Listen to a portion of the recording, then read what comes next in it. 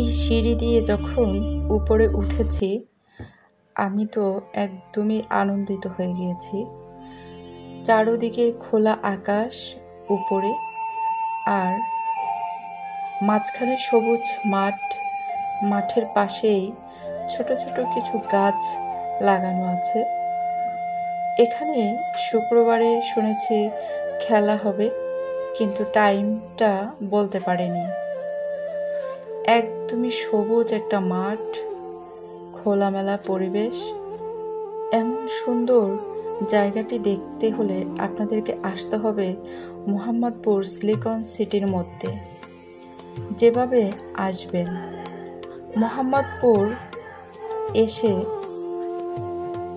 ঢাকা উদ্যান ঘাটে চলে আসবেন। ঘাট পার হয়ে এপারে আসলেই সিলিকন সিটি পেয়ে যাবেন। মূলত সিলিকন সিটির মধ্যেই এই সুন্দর মাঠ আর বিশাল কাশফুলের বন এগুলো উপভোগ করতে পারবেন।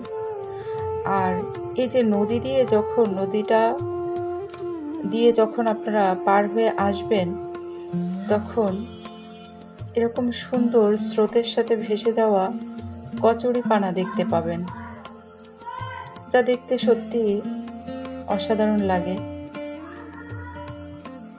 এসে একবার ঘুরে যাবেন। এখানে দেখুন যে প্রচুর মাছও আপনারা দেখতে পাবেন যেতে যেতে। নদীটা পার হলেই বিশাল এক কাশবন দেখতে পাবেন। একদমই কাশফুল যারা স্পর্শ করেছেন তারা বুঝতে পারবেন যে কতটা সুন্দর। একদমই নরম তুলতুলে ফুলগুলো, সবুজ ঘাস। আরো সুন্দর লাগতেছিল যে ওই পারে বিল্ডিংগুলো দেখা যাচ্ছিল, মাঝখানে একদমই ভরা নদী, আর এই পারেতে সবুজ আর সাদা অরণ্যে ঘেরা কাশফুল। একদমই পুরোটাই গ্রামীণ একটা পরিবেশের মধ্যে এটা। এখানে অনেকেই আসে, প্রতি বছর প্রায় দুবার এই কাশবনগুলো গজায়। বর্ষার শেষের দিকটাতে, ঠিক শরৎ আসার আগ মুহূর্তে। আরেকটা সময় এই কাশফুলগুলো হয় শরতে ঠিক পর মুহূর্তে।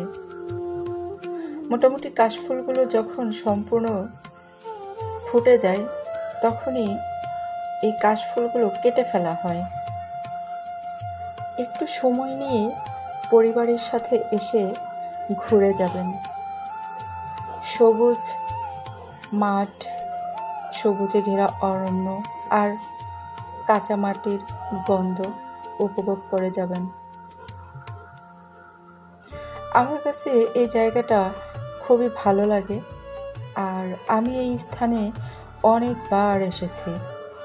তবে এই মাঠ পর্যন্ত এই প্রথম এসেছি, এর আগে আসিনি।